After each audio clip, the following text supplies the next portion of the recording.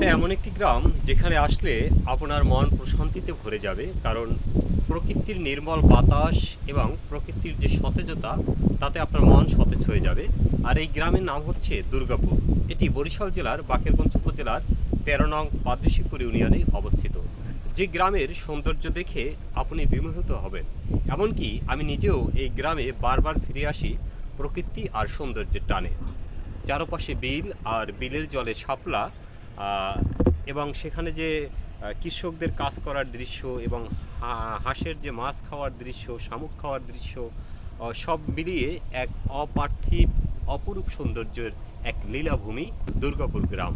এখানে ধান ক্ষেত, সবুজ ধান খেতে যে বাতাসের দোলানি, সমুদ্রের ঢেউয়ের মতো যে দোল খাচ্ছে বাতাসে, সেটাও এক অসাধারণ সৌন্দর্য।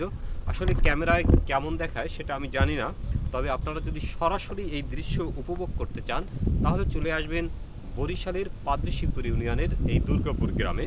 জানি না দুর্গাপুর নামটি কেন হয়েছে, তবে দুর্গা দেবীর নাম অনুসারে হয়তো এই নামটি হতে পারে।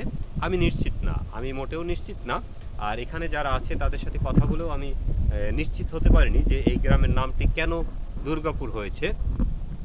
তো গ্রামের মধ্যে সুন্দর এই যে ইট বিছানো রাস্তা বা সড়ক, এই সড়কে হয়তো আজ থেকে শত শত বছর আগে বা হাজার বছর আগে এখানে কেমন ছিল, কারা ছিল, সেটাও বলা যায় না বা ধারণা করা যায় না। তবে একটা সময় যে এই বরিশাল অঞ্চল তথা দক্ষিণ অঞ্চল যে নিচু জলাভূমি ছিল, তার প্রমাণ দেখুন এই বিস্তীর্ণ যে জলাশয়, এটি কিন্তু শুকনোর মৌসুমে শুকিয়ে যায় এবং বর্ষাকালে এভাবে পানিতে ডুবে থাকে। তো এখানে কৃষিকাজ করা হয় মূলত। দক্ষিণ অঞ্চলে একসময় মানুষ, এগুলো জঙ্গল আবৃত ছিল এবং সেই জঙ্গল পরিষ্কার করেই কিন্তু এখানে তারা কৃষিকাজ শুরু করেছিল। সেই কৃষিকাজ থেকে ধীরে ধীরে সভ্যতার উন্নয়ন হয়েছে এবং মানব বসতি বেড়েছে। তো আপনাদেরকে আরেকটু জানিয়ে রাখি, এই পাদ্রিশীপুর মূলত পাদ্রিদের দিয়ে গঠিত হয়েছে তাদের নাম অনুসারে। মগ পর্তুগিজরা বা পর্তুগিজ বণিকরা এখানে একসময় ব্যবসা বাণিজ্য এবং ধর্ম প্রচারের জন্য এসেছিল। মূলত তারা হয়তো ধর্ম প্রচারের জন্য এসেছিল, যেহেতু এখানে একটি অন্যতম গির্জা রয়েছে। আর গির্জাটি রয়েছে এই দিকটায় হচ্ছে পাদ্রিশীপুর, আর সেখানে মূলত সেই গির্জাটি রয়েছে। যেই গির্জাটি আনুমানিক প্রায় ৫০০ বা ৫৫০ বছর আগে পর্তুগিজরা এখানে করেছিল। সেই গির্জার থেকে এই স্থানটি হয়তো ২ কিলোমিটার ভেতরের একটি গ্রাম।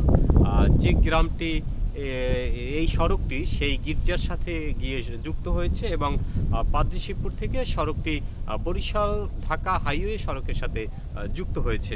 যাই হোক, এখানে আসতে আপনি বাইকে আসতে পারবেন, ইজি বাইক, অটোতে আসতে পারবেন, এমনকি আপনি প্রাইভেট কার নিয়েও আসতে পারবেন এই গ্রামে ঘুরতে।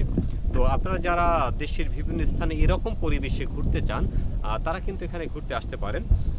এই যে এই পাশটা দেখছেন, আসলে আমার ক্যামেরায় অতটা দেখা যাচ্ছে কিনা জানি না, এখানে কিন্তু প্রচুর শাপলা রয়েছে।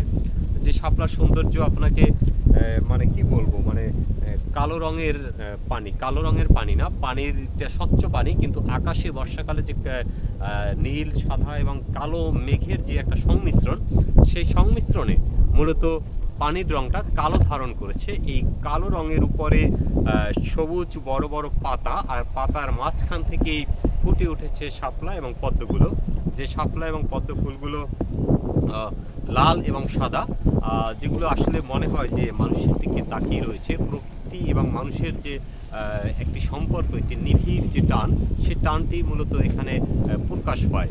আর এখানের যে নির্মল বাতাস, গাছের যে পাতার মর্মর শব্দ, এই শব্দ কিন্তু আপনার হৃদয়কে খুব কঠিনভাবে নাড়া দিবে। মানে প্রেমিক হৃদয় কিন্তু তার আনমনেই গেয়ে উঠবে, আমার মনেরই অঙ্গনে সুখের ফাগুন এলো বুঝি, হঠাৎ পাওয়া সুখটারে সারাটা দিন খুঁজি। এরকমের গান কিন্তু আপনি গেয়ে উঠবেন। দেখুন একটু যে বাতাসের শব্দগুলো, আমি গাছের মধ্যে কিন্তু ক্যামেরাটা নিয়ে গেছি। এখানে বাতাসের যে মরমরে ঝরঝরে শব্দ, সে শব্দগুলো আসলে অসাধারণ শব্দ। খুব ভালো লাগে মাছরাঙা পাখি, মাছ ধরা।